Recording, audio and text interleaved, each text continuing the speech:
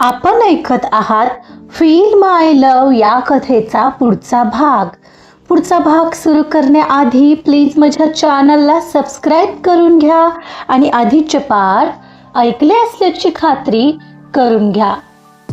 चला सुरुवात करतेय फील माय लव भाग 30. पार्थ आणि कार्तिकी आपल्या घरी परतले. आई जणू दोघांचीही वाटच पाहत होती. दरवाजात आरतीचं ताट ओवाळायला घेऊन उभी त्याची आई आणि पूजा पार्थला सुखरूप पाहून डोळ्यात आनंदाश्रू घेऊन उभ्या होत्या. आईने दोघांचं औक्षण केलं आणि पूजाने हातातल्या भाकरी तुकड्याने दोघांचीही नजर उतरून गेट बाहेर फेकून आली आणि मगच दोघांना आत घेण्यात आलं. आपल्या घरात आलेले पार्थ आणि कार्तिकी आज अतिशय खुश फील करत होते. आता त्यांच्या आयुष्यात फक्त आणि फक्त सकारात्मकताच भरलेली असणार होती. कार्तिकी, खरंच बोललीस, अगदी तसंच केलंस बघ. माझ्या पार्थला सुखरूप घेऊन आलीस. खूप खूप गुणाची आहेस. माझ्या पार्थने नशीब काढलं. पार्थ, आपण तेवढा अभिषेक घालूया हा तुझ्या नावाने. तू तिकडून परतला की मी करेन असं बोलले होते. तुला हवं ते कर आई. अरे बापरे, चक्क दादा लगेच बोलला. आई, पाहिलंस का? हो, मी नाही बोलणार आता काही. मला काहीच प्रॉब्लेम नाही आहे. एवढा बदल कसा काय? हा वहिनी, काय मॅजिक काय आहे हे? पूजाने विचारलं. मला नाही माहिती, कार्तिकी म्हणाली. सगळं ठीक आहे, पण कार्तिकी, एकदा आपण देशपांडे डॉक्टरांना भेटून येऊया. त्यांनीही खूप मदत केली आहे. हो, नक्कीच. पार्थ, आता रे आणखी किती दिवस सुट्टी असणार तुझी ऑफिसमधून? आईने विचारलं. आई, माझी सुट्टी झाली आता. उद्यापासून जावं लागेल. No excuses. ऑलरेडी खूप सुट्टी झाली आहे. खूप गोष्टी करायच्या आहेत. झालेला खर्च भरून काढायचा आहे. कार्तिकी होती म्हणून सगळं ठीक झालं. तिने खूप खर्च केलाय, नाहीतर तिकडं जाणं तरी शक्य होतं का? तो कार्तिकीकडे पाहत म्हणाला. ठीक आहे ना पार्थ, आपला माणूस महत्वाचा. पैसा काय कधीही येईल. हो, तरीही तुझा मोठेपणा कार्तिकी वहिनी. तू नसतीस तर एवढा खर्च कसा झेपणार होता आम्हाला. तू खरंच ग्रेट आहेस, पूजा म्हणाली. अगं हो, पण माझ्या नवऱ्यासाठीच केलंय. तो काही परका आहे का मला? आणि तुम्हीही तर माझेच आहात. असं बोलून मला परके नका ना करू. तुला परके कशाला करू बरं आम्ही? नाही हा कार्तिकी, वेडी आहेस का? आता तू आमचीच आहेस, या घरातली एक, आई म्हणाली. बरं, बस झाला तो विषय. चला, मी फ्रेश होऊन येतो. तुम्ही वाढायला घ्या बरं, म्हणत पार्थ फ्रेश व्हायला गेला. मीही आलेच फ्रेश होऊन, म्हणत कार्तिकीही त्यांच्या बेडरूममध्ये गेली. पूजा, चल तू मला मदत कर. ते दोघं थकून आलेत, आपण जेवण वाढून घेऊ. आईने म्हणताच पूजा उठली आणि दोघीही किचनमध्ये निघून गेल्या. इकडं कार्तिकी वर त्यांच्या बेडरूममध्ये आली. पार्थ बाथरूममध्ये फ्रेश होत होता, सो तिथंच बेडवर जाऊन तशीच आडवी झाली. आज कित्येक दिवसांनी तिला खूप निवांतपणा वाटत होता, कारण आता दुःखाचे डोंगर हटले होते. समस्यांचे पहाडही ढेर झाले होते. एक खूप छान पार्थसोबतचं आयुष्य पुढं वाट पाहत होतं. या कल्पनेनेच मनातून खूप खुश फील करत होती कार्तिकी. एखाद्या खूप मोठ्या दिव्यातून बाहेर पडल्यावर जो मोकळेपणा फील होतो, ही सुद्धा तशीच काहीशी फिलिंग होती. ती हरवलेली तिच्या विचारात. तिचं मन खुश होतं. मग गालात ही आपोआपच स्माईल आलेली. पण एवढ्यात पार्थ तिथं आलेला तिला कळलंही नव्हतं. त्याने मात्र तिला तशी विचारात हरवलेली पाहिली, जणू एखादी स्वप्नात हरवलेली राजकुमारी. त्याला राहावलंच नाही. अचानकपणे तो तिच्या अगदी जवळ गेला. तो वर आणि ती खाली होती. त्याला असं अनपेक्षितपणे जवळ आलेला पाहून ती घाबरली. तिला उठताही येत नव्हतं. अरे काय करतोयस? डोर उघडय तिकडं पार्थ. हो, मग असू दे ना. तू खुश आहेस ना कार्तिकी? आज किती दिवसांनी अशी निवांत वाटतेस. ॲक्च्युली तिनं गोड हसत मान हलवली. मलाही घरी आल्यापासून खूप छान वाटतंय. तो दीर्घ श्वास घेत म्हणाला. हो, पण आता उठतोस का? मला अजून फ्रेश व्हायचंय. ती पुन्हा हसत उत्तरली. नाही ना यार, आत्ता तर कुठं भेटलीयस, तेही इतक्या दिवसांनी, म्हणत त्याने तिला मिठीत ओढलं. खूप दिवसांनी त्याच्या असं मिठीत वगैरे गेल्यावर तिच्या संपूर्ण शरीरभर रोमांच फुलत होते.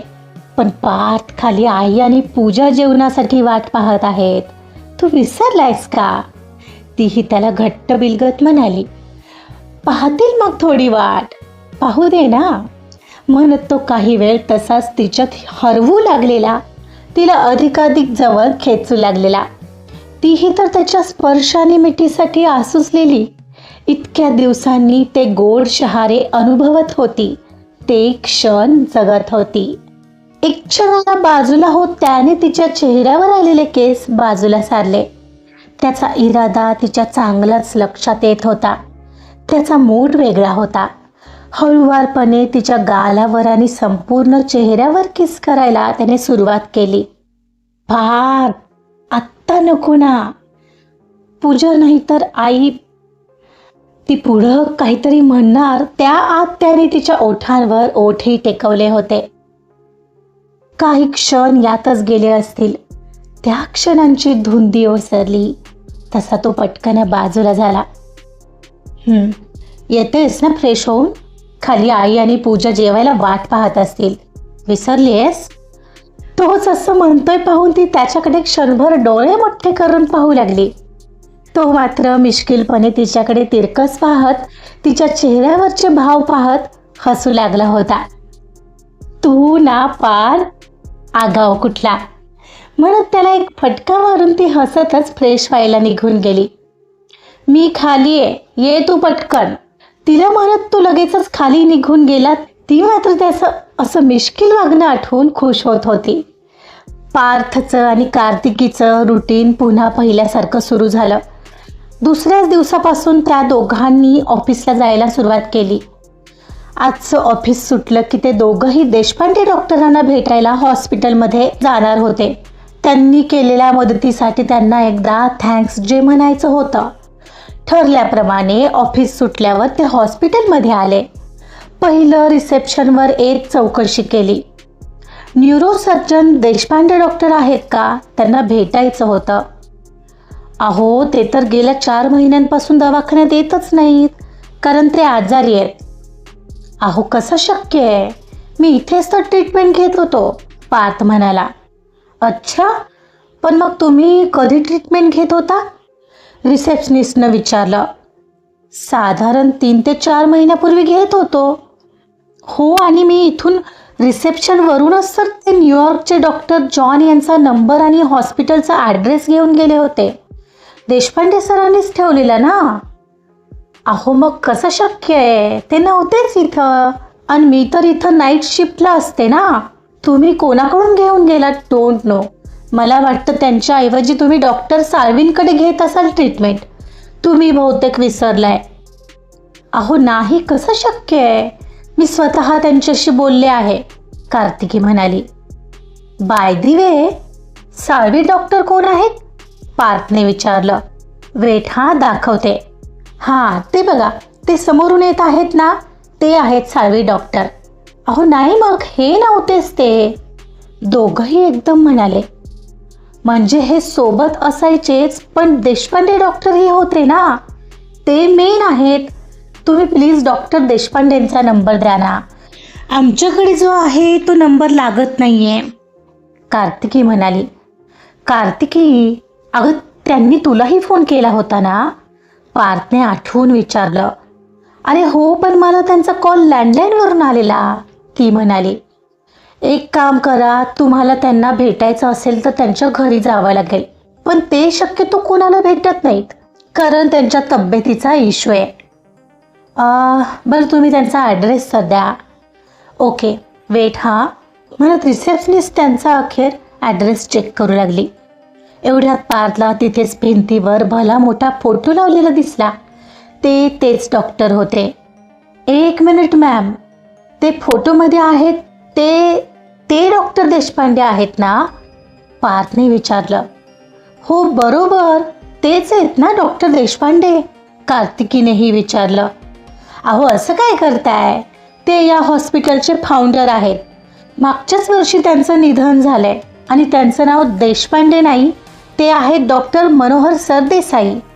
ते सुद्धा मोठे न्यूरोसर्जन होते आणि ते या जगात आता नाही आहेत. मग तुमची ट्रीटमेंट कशी करतील ते? ती पार्थ आणि कार्तिकीला हसत होती. काय? पार्थने आणि कार्तिकीने एकमेकांकडे पाहिलं. ती बाई आता आपल्याला वेड्यात काढेल या विचाराने ते दोघंही सरळ तिथून बाहेर पडले आणि बाहेर येऊन एका ठिकाणी बसले.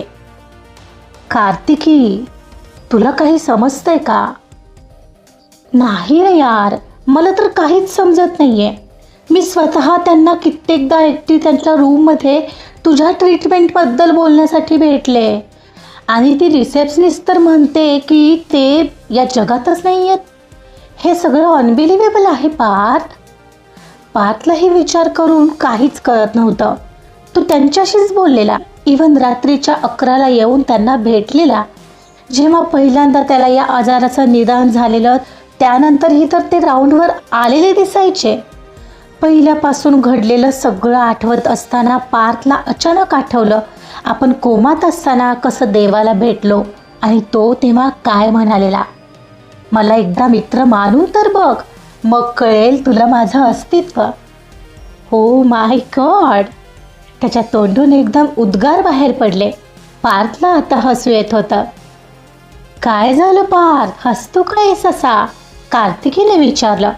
कार्तिकी, तू म्हणत होतीस ना ते अगदी बरोबर होतं. देव कुठल्या ना कुठल्या प्रकारे आपली मदत करतो याचा अर्थ हाच निघतो की त्याला माझी मदत करायची होती आणि त्याने ती केली. काय बोलतोयस तू? म्हणजे काय म्हणायचंय नक्की तुला? कार्तिकीने विचारलं. अगं कार्तिकी, मी तुला बोललो नाही. मला माहीत नाही तू विश्वास ठेवशील का, पण मी कोमात होतो ना त्या 2 दिवसांसाठी तेव्हा एकदा देवाला भेटलोय. काय काय बोलतोयस तू हे? हो, त्यानेच मला समजावलं तो आपल्याला त्रास देणं असं काहीच करत नाही. आपण आणि आपलं कर्म याचाच सगळा खेळ असतो. म्हणून आपलं कर्मावर जास्त लक्ष द्यावं, कारण आपण जे करतो तेच भरावं लागतं. म्हणूनच in our life good deeds are very important. ओ, म्हणजे म्हणून तू देवाला मानतोयस का आता? अरे वा, म्हणजे माझं ऐकलं त्याने. मीच बोलले होते की असं काहीतरी मॅजिक होऊ दे आणि तुझा त्याच्यावर विश्वास बसू दे. तू बोलली होतीस ना, मग काय ऐकणारच ना तो. कार्तिकीचं ऐकणार नाही असं होईल का? तो हसला आणि तीही हसली. चला मग आता घरी. काय, का आणि कशासाठी यात नको पडायला, पार्थ म्हणाला आणि ती म्हणाली हो चल. दोघंही घरी जायला निघाले. त्यांनी बाईक स्टार्ट केली आणि दोघंही घराच्या दिशेने निघाले. थोडेफार पैसे साठल्यावर एक 6 महिन्यांनी पूजा आणि सुशांतचं चांगलं लग्न करून देण्यात येणार होतं. कार्तिकीचा बड्डेही त्यानंतर येत होता. त्यामुळे पार्थ आत्तापासून तिच्यासाठी गोवा ट्रिप प्लॅन करत होता. बाकी ऑफिस रुटीन तर आता नेहमीप्रमाणे चालू होतं. साईड बाय साईड पूजा आणि सुशांतच्या लग्नाची तयारीही चालू होती. पार्थ पहिल्यासारखा नॉर्मल होऊ लागलेला. कार्तिकीही त्यांच्या घरात चांगलीच रुळली होती. दिवसामागून दिवस जात होते. या 2-3 महिन्यात बऱ्यापैकी कार्तिकी आणि पार्थ ही मनाने एकमेकांच्या जवळ आले होते. म्हणजे थोडक्यात सगळं अगदी परफेक्ट चालू होतं. पण परफेक्ट असेल ते लाईफ कसलं? पार्थ आणि कार्तिकी आजही नेहमीसारखे दोघे सोबतच ऑफिसला आले होते. पूजाचं लग्न 3 महिन्यावर आलेलं, सो आज पत्रिकेचा फॉर्मॅट सिलेक्ट करायचा होता. त्या सायंकाळी घरी जाता जाता कलेक्ट करायच्या होत्या. 4-5 नमुने घेऊन मग त्यातलीच एक सिलेक्ट करायची होती. कार्तिकी तिच्या जागेवर येऊन तिचं काम करू लागली. काहीच वेळाने एक सुंदर मुलगी तिच्या समोर येऊन विचारू लागली, excuse me ma'am, can you tell me where is mister Parth's cabin? Parth's cabin this side, तिनं स्मित करत सांगितलं आणि तीही लागलीच निघून गेली. का माहीत का, पण तिला पाहून कार्तिकीला उगाच अनसेफ वाटलं. पण दुर्लक्ष करत ती तिचं लक्ष कामावर केंद्रित करण्याचा प्रयत्न करत होती. काहीच वेळात पार्थ तिला घेऊन बाहेर आला आणि तिला फिरून ऑफिस दाखवू लागला. मे बी ती नवीन क्लायंट असावी. तिला पाहताच क्षणी कळालं. त्याचं तिला ऑफिस दाखवून झालं. त्यानंतर तिला त्याच्या बॉसच्या केबिनमध्येही घेऊन गेला. तिथं बराच वेळ बोलणं झालं आणि मग तिला पुन्हा त्याच्या केबिनमध्ये घेऊन गेला. अनयचंही सतत केबिनमध्ये जाणं येणं चालूच होतं. कार्तिकी तिच्याही नकळत आजही सगळं नोटीस करत होती. आणि हे त्याचं काम आहे असं मनाला समजावत होती. आज ऑफिसमध्ये दुपारची लंचची वेळ झालेली, पण कामाच्या गडबडीत तिला समजलंच नव्हतं. तसाही पार्थ तिला रोजच कॉल करून तिला जेवायला जाऊ असं सांगायचा आणि मग ते दोघंही कॅन्टीनमध्ये जायचे. पण आज काही त्याचा फोन आलाच नव्हता. पोटातील कावळ्यांनी भुकेची जाणीव करून दिली आणि तेव्हा मात्र तिनं घड्याळात पाहिलं तर 1:30 होत आलेले. आज हा मीटिंगमध्ये एवढा बिझी आहे की जेवायलाच गेला नाही की काय? तिच्या मनात आलं तशी ती तिचं काम बाजूला ठेवून उठली आणि त्याच्या केबिनमध्ये त्याला पाहायला आली. त्याच्या केबिनमध्ये येऊन पाहते तर तिथं कोणीच नव्हतं. हा जेवायला तर गेला नाही ना असं समजून ती तिचा टिफिन घेऊन वर कॅन्टीनमध्ये जायला निघाली. वर कॅन्टीनमध्ये पोहोचते तोच पाहते तर तो त्याच्या क्लायंटसोबत जेवायला बसलेला. अनयही सोबत होताच. पार्थने तिला फोन लावून कानाला फोन लावलाच होता, एवढ्यात त्याला ती वर आलेली दिसली. दोघं एकमेकांनाच पाहत होते आणि इतक्यात तिचा फोनही वाजला. तिने पार्थचा आलेला फोन पाहिला आणि सरळ डिस्कनेक्ट करून टाकला आणि त्यांच्यासोबत जेवायला बसायचं सोडून थोडी दूर जाऊन एकटीच जेवायला बसली. पार्थला क्लायंटसोबत असल्यामुळे उठताही येत नव्हतं. त्याचं सगळं लक्ष कार्तिकीकडे लागलेलं. कामाच्या गडबडीत तो तिला आज जेवायला बोलवायला विसरलेला, पण त्याला मात्र आतून गिल्ट वाटत होतं. मग जेवता जेवता त्याने तिला मेसेज केला, कार्तिकी तिकडं का जाऊन बसलीयस?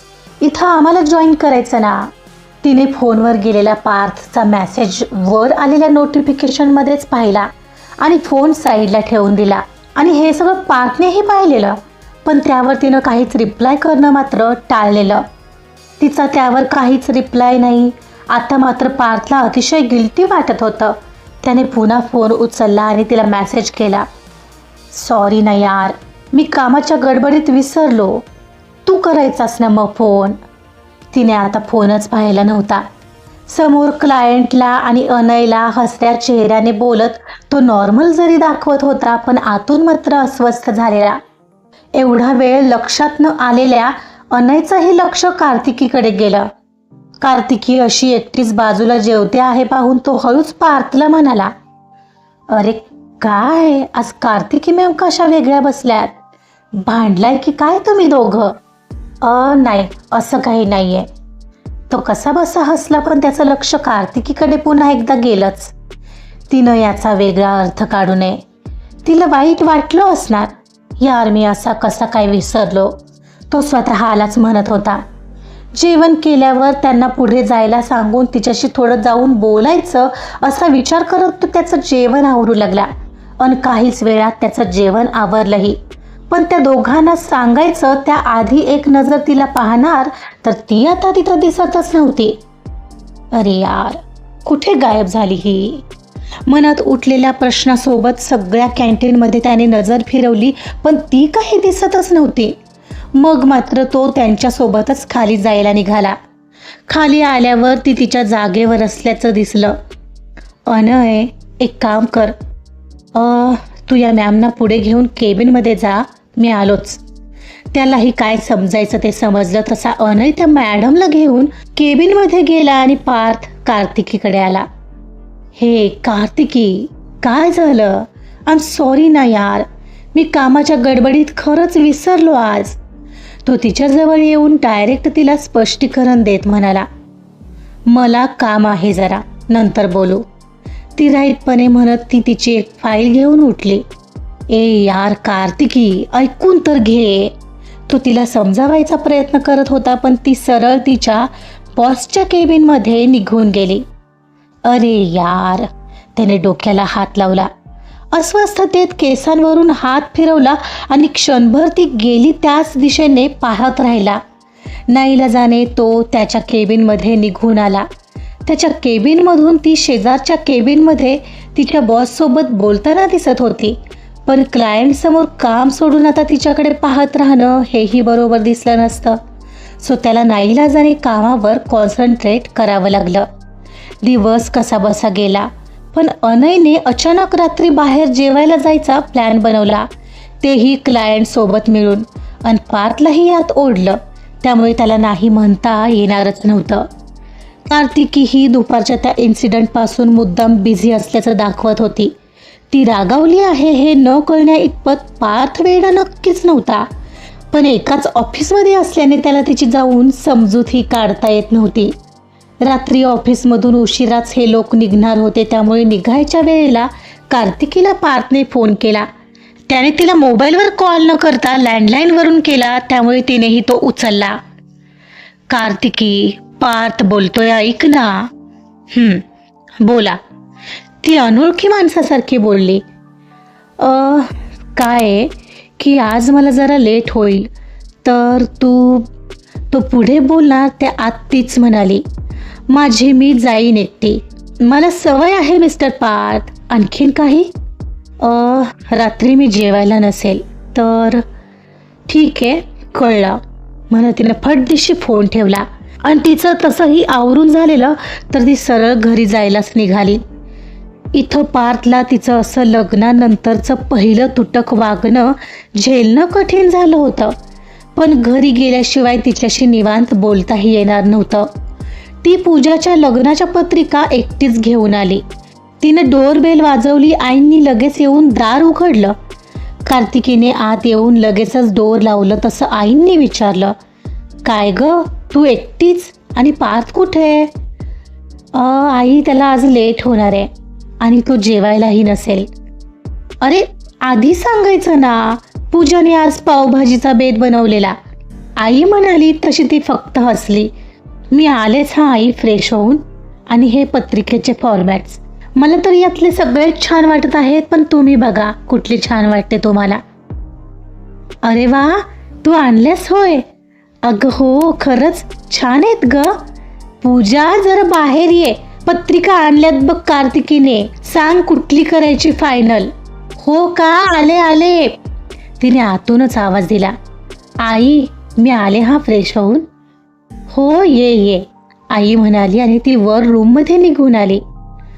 पार्थ विसरलेला का? कसा? तो विसरू शकतो, तोही माणूस आहे, पण अशा वेळी असा विचार थोडीच केला जातो. तो विसरूच कसा शकतो? क्लायंट आली की हा असाच वागणार का माझ्याशी? मागच्या वेळीही मी पाहिलंय त्याचा तेवर. ती मात्र त्या क्षणाला हर्ट फील करत होती. अशा वेळी आपल्या माणसाचा इग्नोरन्स चुकूनही सहन होणारा नसतो, आणि तो चक्क जेवायला बोलवायचाही विसरतोच कसा, हे तिला विचार करूनही समजत नव्हतं. त्याहीपेक्षा असं त्याच्याकडून होणंच तिला त्रास देत होतं. आणि जेव्हा फक्त तीच एकमेव व्यक्ती आपली असते तेव्हा तर हे मनाला लागतंच. कार्तिकीच्या बाबतीतही तेच झालेलं, कारण पार्थशिवाय तिचं दुसरं जग असं नव्हतंच. आतून हर्ट फील करणारी कार्तिकी पहिल्यांदा त्याच्याकडून झालेली ही चूक सहन करू शकत नव्हती. तिला आज फार एकटं वाटत होतं. जरी त्याचा हेतू तसा नव्हता, पण आपल्यावरचं त्याचं प्रेम कमी झालं की काय असं काहीसं तिला वाटू लागलेलं. त्या हर्ट फिलिंगमध्येच ती फ्रेश झाली आणि खाली आली. किचनमध्ये येत पावभाजीसाठी पूजाला हेल्प करू लागली. एक काय ग वहिनी, दादाला पण आजच बाहेर जायचं होतं. मी आपला मस्त पावभाजीचा प्लॅन केलाय, थांब येऊ देस त्याला. पण गेलाय नक्की कुठं ग? अगं बहुतेक क्लायंट होती, मलाही फारसं माहीत नाही. ओ अच्छा. पण पत्रिका मस्त आहेत हा. हो. आउच. पाव भाजताना कार्तिकीचा हात तव्याला लागलेला तसा तिने तो मागे घेतला. अगं हळू वहिनी, नीट कर ना, बघू जास्त तर भाजलं नाही ना. काय ग तू पण? पूजा समोर येत तिचा हात पाहू लागली. अगं नाही ग, ठीक आहे, एवढं काही नाहीये. ती हात तिला दाखवून पुन्हा तिचं काम करू लागली. काय ग कार्तिकी, काय ठीक आहे? लक्ष देऊन कर बरं. जा आधी पाण्याखाली हात धर, मी करते ते, आई पुढं होत म्हणाली. कार्तिकीने पाण्याखाली हात पकडला. काहीतरी कारण हवंच होतं बहुधा, डोळ्यांनाही. त्यातही उगाच पाणी येत होतं आणि त्या चटका बसलेल्या जखमेपेक्षाही हृदयात खोल काहीतरी सलत होतं. आजचा भाग इथं संपलेला आहे. कार्तिकी तर पार्थवर खूप चिडलीये. बघूया पार्थ तिला कसं मनवतोय. त्यासाठी ऐकत रहा फील माय लव. कथा आवडत असेल तर प्लीज लाईक करा, सबस्क्राईब करा आणि शेअर सुद्धा करा. Thank you so much.